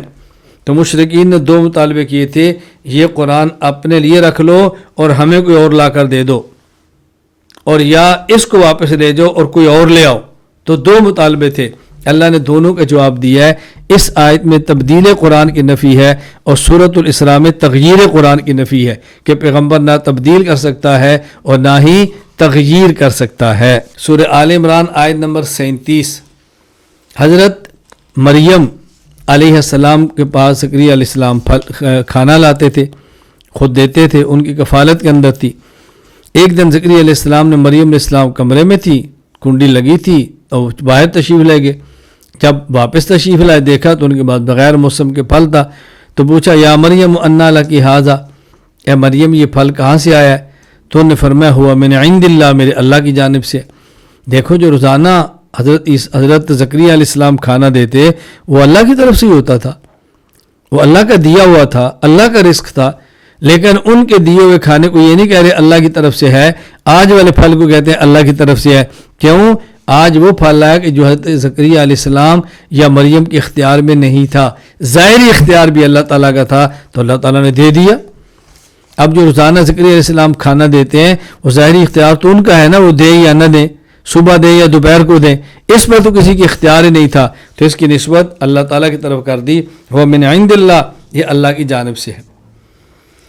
سورہ آل عمران آیت نمبر 169، وَلَا تَحْسَبَنَّ الَّذِينَ قُتِلُوا فِي سَبِيلِ اللَّهِ أَمْوَاتًا بَلْ أَحْيَاءٌ عِندَ رَبِّهِمْ يُرْزَقُونَ، کہ یہ جو اللہ کے راستے میں قتل ہو جاتے ہیں، شہید ہوتے ہیں، یہ زندہ ہیں تمہارے پاس نہیں، اللہ کے پاس۔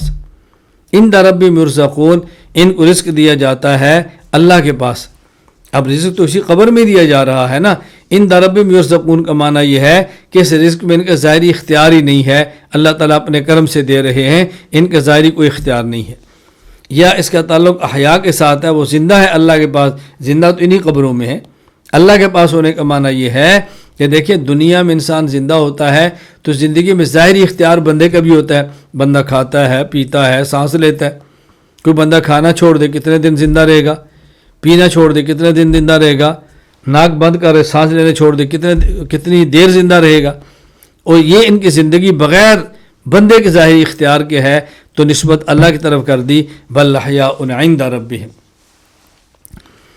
اسی طرح سورۃ الفرقان آیت نمبر 46، ثم قبضناہ الینا قبضا یسیرا، اللہ تعالیٰ فرماتے ہیں ہم آہستہ آہستہ سائے کو اپنی طرف سمیٹ لیتے ہیں، ہم سائے کو اپنی طرف سمیٹ لیتے ہیں۔ اللہ اکبر۔ حکیم الامت مولانا اشرف علی تھانوی رحمہ اللہ فات 1362 ہجری بیان قرآن میں کیا فرماتے ہیں، سنیں ذرا۔ فرمایا چونکہ اس کا غائب ہونا محض قدرت الہیہ سے بلا شرکت غیر ہے، یعنی سایہ موجود ہے، جو سایہ غائب ہو گیا، کیوں غائب ہوا؟ یہ اللہ کی قدرت سے غائب ہوا، اس میں کسی بندے کے کوئی اختیار کو دخل نہیں ہے۔ چونکہ اس کا غائب ہونا محض قدرت الہیہ سے بلا شرکت غیر ہے، آگے سمجھے، اور باوجود غیبوبت عن الحس کے علم الہی سے غائب نہیں، اس لیے لینا فرمایا، یعنی سایہ کدھر گیا، ہمیں تو نظر بھی نہیں آ رہا، باوجود غیبوبت عن الحس کے، یعنی آنکھ اس کو محسوس نہیں کرتی، آنکھ سے غائب ہو گیا، لیکن اللہ کے پھر بھی علم میں ہے تو نسبت اللہ کی طرف کر دی، ثم قبضنا الینا قبضا یسیرا، کہ وہ ہمارے پاس آ جاتا ہے، ہم اس کو سمیٹ لیتے ہیں۔ یہ بات اچھی طرح ذہن نشین فرما لیں۔ تو میں نے اس لیے آپ کی خدمت میں عرض کیا تاکہ الجھن باقی نہ رہے، الجھن باقی نہ رہے۔ میں نے مثالیں بھی دیں، قرآن کریم کی آیات 4 پڑھی، اور ویسے آپ کی خدمت میں 3 مثالیں پیش کی، یہ بتانے کے لیے اب امام راضی کا جواب سمجھیں۔ یہ جو غیر مقلدین نے کہا تھا کہ قرآن نے عیسیٰ علیہ السلام کے بارے میں فرمایا بر رفعہ اللہ الیہ، اللہ نے حضرت عیسیٰ کو اپنی طرف اٹھا لیا۔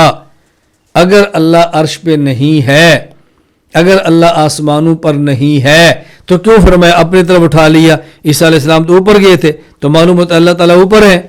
امام راضی فرماتے ہیں المراد الرفع الى موضع لا یجری فی حکم غیر اللہ، اس سے مراد ایسی جگہ کی طرف اٹھانا ہے کہ جہاں ظاہری حکم بھی اللہ کے علاوہ کسی کا نہیں چلتا۔ اب بات سمجھ آ گئی؟ کیا مطلب؟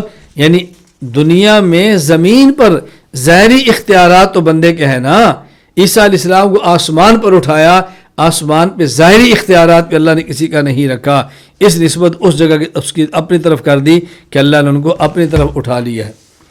وَلَا تَحْسَبَنَّ الَّذِينَ قُتِلُوا فِي سَبِيلِ اللَّهِ أَمْوَاتًا، مجھے اس سے ایک اپنا واقعہ یاد آیا۔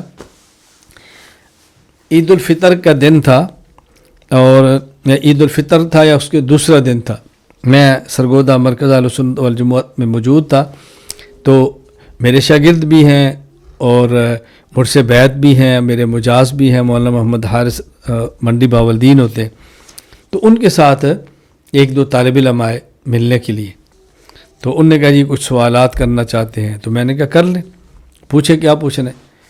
تو طالب علم مجھے کہنے لگا کہ آپ کہتے نہیں انبیاء علیہ السلام قبروں میں زندہ ہیں، اور دلیل میں آپ یہ آیت پیش کرتے ہیں وَلَا تَحْسَبَنَّ الَّذِينَ قُتِلُوا فِي سَبِيلِ اللَّهِ أَمْوَاتًا بَلْ أَحْيَاءٌ عِندَ رَبِّهِمْ يُرْزَقُونَ، کہ شہداء جو اللہ کے راستے میں قتل ہوئے ان کو مردہ گمان نہ کرو، وہ اللہ کے پاس زندہ ہیں، ان کو رزق دیا جاتا ہے۔ جب شہید زندہ ہے تو اس کو مقام نبی کی وجہ سے ملا ہے، تو نبی تو اس سے بڑھ کر زندہ ہے، آپ یہ دلیل دیتے ہیں۔ لیکن ہمارا اشکال یہ ہے کہ اللہ فرماتے ہیں احیاء عند ربہم، شہید زندہ ہے، اللہ کے پاس زندہ ہے، ان قبروں میں تو زندہ نہیں ہے۔ آپ تو کہتے ہیں اس قبر میں زندہ ہے، اگر اس قبر میں زندہ ہے تو فرمانا چاہیے بل احیاء فی قبورہم، کہ شہید قبروں میں زندہ ہے۔ تمہارا عقیدہ ہے قبروں میں زندہ ہے، اور قرآن قبروں میں زندہ نہیں کہہ رہا، قرآن کہتا ہے اللہ کے پاس زندہ ہیں، تو تمہارا عقیدہ اس آیت سے کیسے ثابت ہوگا؟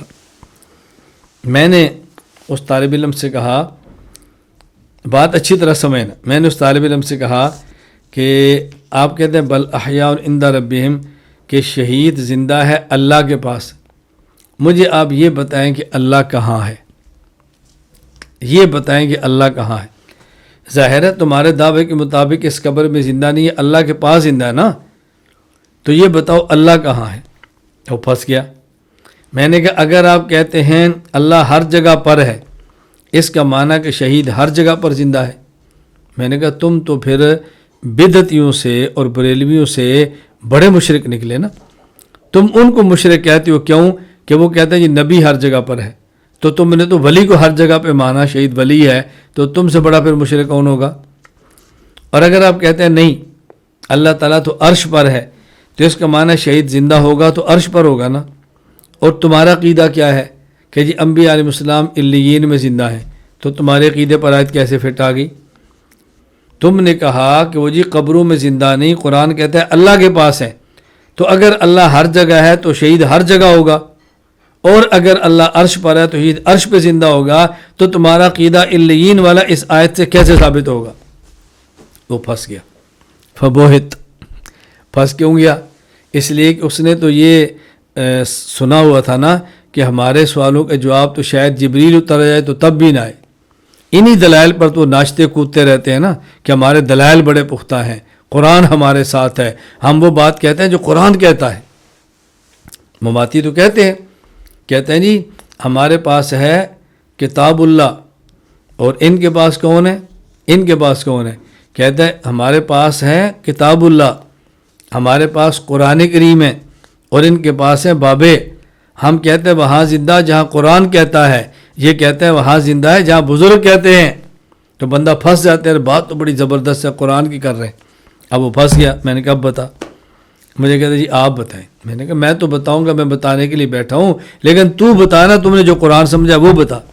اب دیکھو اگر آپ نے اندہ کا معنی سمجھ لیا، جو بھی میں نے عرض کی ہے بات، تو الجھنیں ختم ہوگی. میں نے اس سے کہا اند اللہ اندہ ربہم، یہ قرآنی اصطلاح ہے. جب کسی چیز پر حقیقی اختیار اللہ کا ہو، جب کسی چیز پر حقیقی اختیار کے ساتھ ظاہری اختیار بھی اللہ اپنے پاس رکھیں تو اسے کہتے ہیں اند اللہ یا اندہ ربہم. یہ قرآنی اصطلاح ہے. اس کا معنی یہ نہیں ہے کہ جہاں اللہ وہاں وہ زندہ ہے. اس کا معنی یہ ہے کہ ان کی زندگی میں ان کے اختیار کو دخل نہیں ہے، یا ان کو جو رزق دیا جاتا ہے اس رزق کے اندر ان کے اختیار کو کوئی دخل نہیں. یہ معنی آیت کا. دلیل نمبر 3 غیر مقلدین کی تیسری دلیل قرآن کریم سے، سورہ انعام آیت نمبر 18 وَهُوَ الْقَاهِرُ فَوْقَ عِبَادِهِ.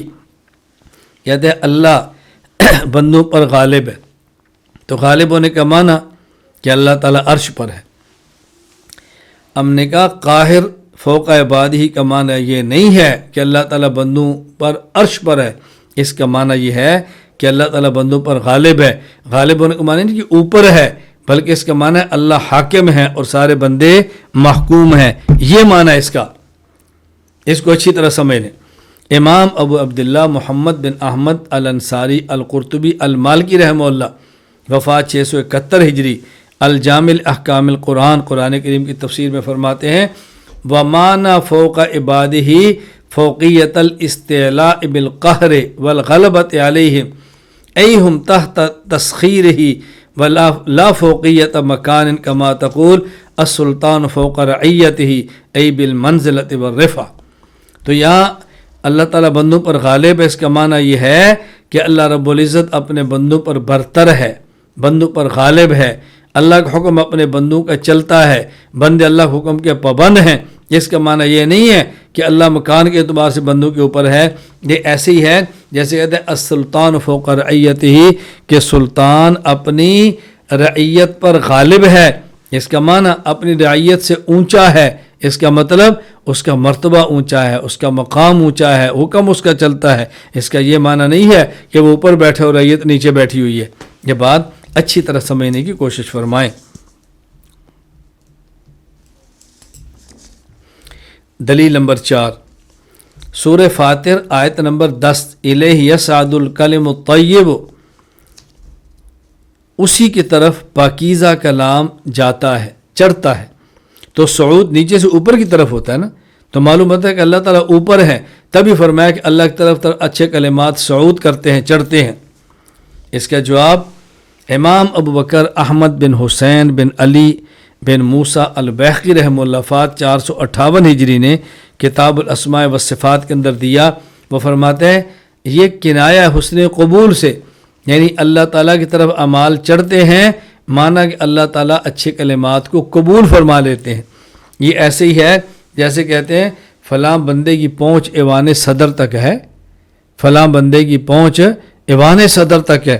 اس کا معنی یہ نہیں ہے کہ صدر تک، اس کا معنی کہ ایوان صدر میں جاتا ہے، ایوان صدر میں جا کر بیٹھا ہوا ہے. اس کا معنی ہوتا ہے کہ اس کی بات ایوان صدر میں بھی سنی جاتی ہے. دلیل نمبر 5 سورۃ الملک آیت نمبر 16 اَأَمِنْتُم مَّن فِی السَّمَاءِ، کیا تم اس اللہ سے بے خوف ہو جو اللہ آسمانوں میں ہے. کہتے دیکھیے اس سے معلوم ہوتا ہے کہ اللہ تعالیٰ عرش پر ہے. بھائی بات بڑی واضح ہے، بات بڑی واضح ہے. جو آپ اچھی طرح سمجھ لیں، اَأَمِنْتُم مَّن فِی السَّمَاءِ سے مراد یہ نہیں کہ اللہ آسمان میں ہے، مطلب کیا تم اس اللہ سے بے خوف ہو جس اللہ کی سلطنت، حکومت اور قدرت آسمانوں میں بھی ہے. اور آسمان کا ذکر کیا اللہ تعالیٰ کی عظمت کو بتانے کے لیے کہ آسمانوں میں اس کی حکومت ہے، تمہاری کیا اوقات ہے. امام فخر الدین ابو عبداللہ محمد بن عمر بن حسین الرازی رحمہ اللہ تعالی وفات 606 ہجری تفسیر کبیر میں فرماتے ہیں من فی السماء سلطانہ و ملکہ و قدرتہ، اس سے مراد وہ ذات جس کی بادشاہت، سلطنت اور قدرت آسمان میں ہے. والغرض من ذکر السماء تفخیر سلطان اللہ و تعظیم قدرتہ اللہ اکبر. والغرض من ذکر السماء تفخیم سلطان اللہ و تعظیم قدرتہ، آسمان کا تذکرہ کرنے کا مقصد اللہ تعالیٰ کی بادشاہت اور اس کی قدرت کی بڑائی کو بیان کرنا ہے. جواب نمبر 2، یہ دوسرا جواب الزامی ہے، بات اچھی طرح سمجھیں. اگر اس کا حقیقی معنی مراد لیں کہ من فی السماء سے مراد یہ ہے کہ اللہ تعالیٰ آسمانوں میں ہیں، اس کے اوپر دو بہت بڑے اعتراض ہوں گے. ایک اعتراض کیا ہے کہ آسمان عرش سے چھوٹا ہے، آسمان عرش سے چھوٹا ہے. اب بات اچھی طرح سمجھنا. تو جب آپ کہیں گے کہ اللہ تعالیٰ آسمان میں ہے، اس کا نتیجہ نکلے گا کہ آپ یہ سمجھیں گے کہ اللہ تعالیٰ عرش سے چھوٹے ہیں. آپ کہتے ہیں اللہ تعالیٰ عرش پر ہیں اور اللہ تعالیٰ سب سے بڑے ہیں، تو اس کا معنی ہوگا کہ اللہ تعالیٰ عرش سے بھی چھوٹے ہیں. عرش کیا، آسمان سے بھی چھوٹے ہیں. دیکھیں عرش اوپر ہے، پھر کرسی ہے، پھر آسمان ہے. تو جب اللہ تعالیٰ آسمان میں ہوں گے تو آسمان سے چھوٹے ہوں گے نا، حالانکہ اللہ تعالیٰ تو ہر چیز سے بڑے ہیں. تو اللہ تعالیٰ کے بارے میں کیسے عقیدہ بیان کریں گے کہ اللہ تعالیٰ آسمان سے بھی چھوٹے ہیں. یہ بات اچھی طرح سمجھیں. دوسرا اعتراض کیا ہوگا، اگر اللہ تعالیٰ کو حقیقتاً آسمان میں مانے تو لازم آئے گا اللہ تعالیٰ اپنی ذات کا خود مالک النفس ہی. وہ کیسے؟ قرآن کریم سورۃ الانعام آیت نمبر 12 میں ہے قُلْ لِمَن مَا فِی السَّمَاوَاتِ وَالْأَرْضِ. اللہ اکبر. اے پیغمبر ان سے پوچھئے وہ کون ہے، وہ کس کے لیے ہے جو کچھ آسمانوں اور زمینوں میں ہے. فرمایا قُلْ لِلَّهِ، وہ اللہ کے لیے. یعنی آسمان و زمین میں جو کچھ ہے اس کا مالک کون ہے؟ اللہ. تو جب آسمان میں بھی اللہ ہے، اس آسمان میں جو اس کا مالک بھی اللہ ہے، تو اس کا معنی ہے کہ اللہ اپنی ذات کا مالک ہوا نا، مالک النفس ہی. اور یہ دونوں باتیں محال اور ناممکن ہے. اس لیے اللہ تعالیٰ کے بارے میں یہ کہنا اللہ تعالیٰ آسمان میں ہے یہ قطعاً ٹھیک نہیں. امام فخر الدین رازی رحمۃ اللہ علیہ تفسیر کبیر میں آیت کا فرماتے ہیں وہی بات جو میں نے عرض کی ہے وَعْلَمْ أَنَّ الْمُشَبِّهَةَ احْتَجُّوا عَلَىٰ إِثْبَاتِ الْمَكَانِ لِلَّهِ تَعَالَىٰ بِقَوْلِ آمِنْتُ مَنْ فِي السَّمَاءِ. مشبہ کہتا ہے اللہ تعالیٰ کے لیے آسمان ہے، اللہ تعالیٰ کے لیے مکان ہے، اور دلیل میں آیت پیش کرتے ہیں کہ آسمان اللہ کے لیے مکان ہے. والجواب عنہ، جواب ان هذه الآیت لا يمكن اجراؤها على ظاہر باتفاق المسلمین. تمام مسلمانوں کا اتفاق ہے اس آیت کا ظاہری معنی مراد نہیں. کیوں؟ لأن كون في السماء يقتضي كون السماء محيطا به من جميع الجوانب. اس لیے جب اللہ آسمان میں ہوں گے تو آسمان اللہ کو ہر جانب سے احاطہ کر لے گا. فیکون اصغر من السماء، اللہ آسمان سے چھوٹے ہوں گے. والسماء اصغر من الارض بکثیر، اور آسمان کتنا عرش سے چھوٹا ہے. اللہ اکبر. فیلزم ان یکون اللہ تعالیٰ شیئا حقیرا بالنسبۃ للعرش. تو نتیجہ کیا نکلے گا؟ عرش کی بنسبت اللہ تعالیٰ بہت چھوٹے ہوں گے، جبکہ ہمارا عقیدہ کیا ہے؟ اللہ سب سے بڑے ہیں. وذالک باتفاق اہل اسلام محال. ولأنہ تعالیٰ، اور فرمائے اس لیے کہ دیکھو اللہ تعالیٰ فرماتے ہیں قل من ما فی السماوات والارض قل للہ، پیغمبر ان سے پوچھو جو کچھ آسمانوں میں ہے جو کچھ زمینوں میں ہے اس کا مالک کون ہے؟ آپ بتاؤ ان کا مالک اللہ ہے۔ فلو کان اللہ فی السماء، اگر اللہ آسمان میں ہوگا تو نتیجہ نکلے گا کہ اللہ اپنی ذات کا خود مالک ہے، اور یہ محال ہے۔ اس لیے ہم نے کہا اس آیت کا ظاہری معنی مراد لینا ٹھیک نہیں، بلکہ آیت میں تعویل کرنی ضروری ہے۔ جواب نمبر 3، اگر اس کا ظاہری معنی مراد لیں تو غیر مقلدین کے موقف کے خلاف ہے۔ کیوں؟ غیر مقلد کہتے ہیں اللہ عرش پر ہے، اور اس آیت ثابت ہوتا ہے اللہ آسمان میں ہے۔ آسمان میں ہونا الگ ہے، عرش پہ ہونا الگ ہے، اور ہمارے خلاف نہیں ہے۔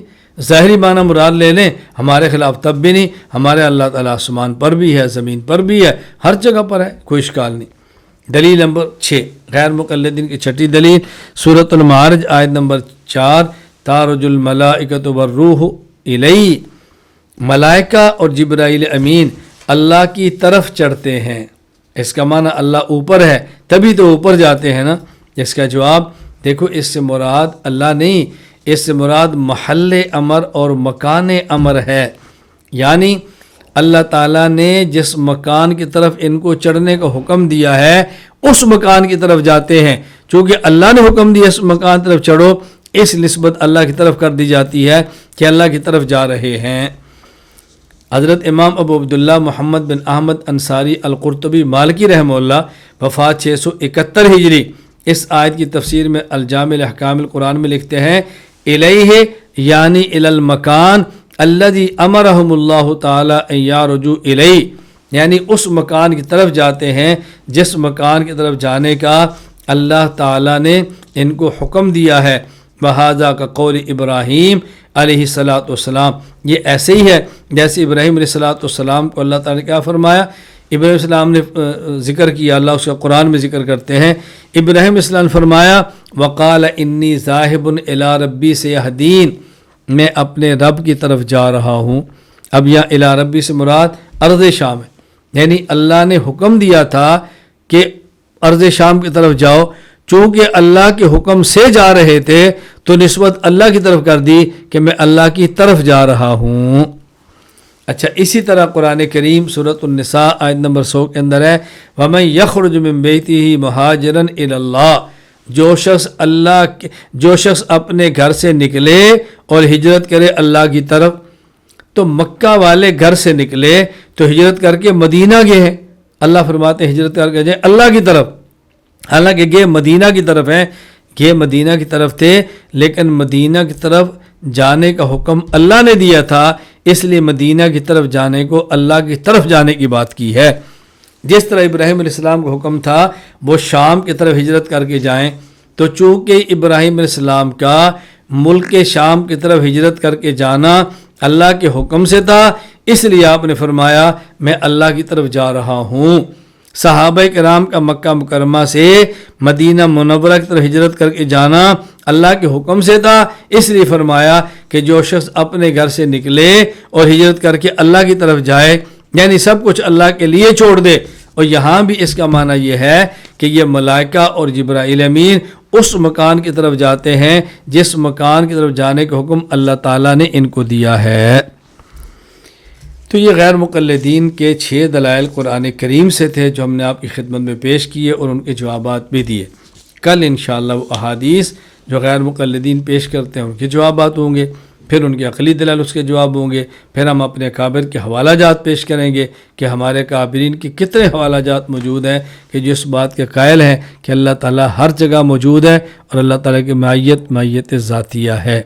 سبحان اللہ و بحمدہ، سبحانک اللہ و بحمدک، اشہد ان لا الہ الا انت، استغفرک و اتوب الیک۔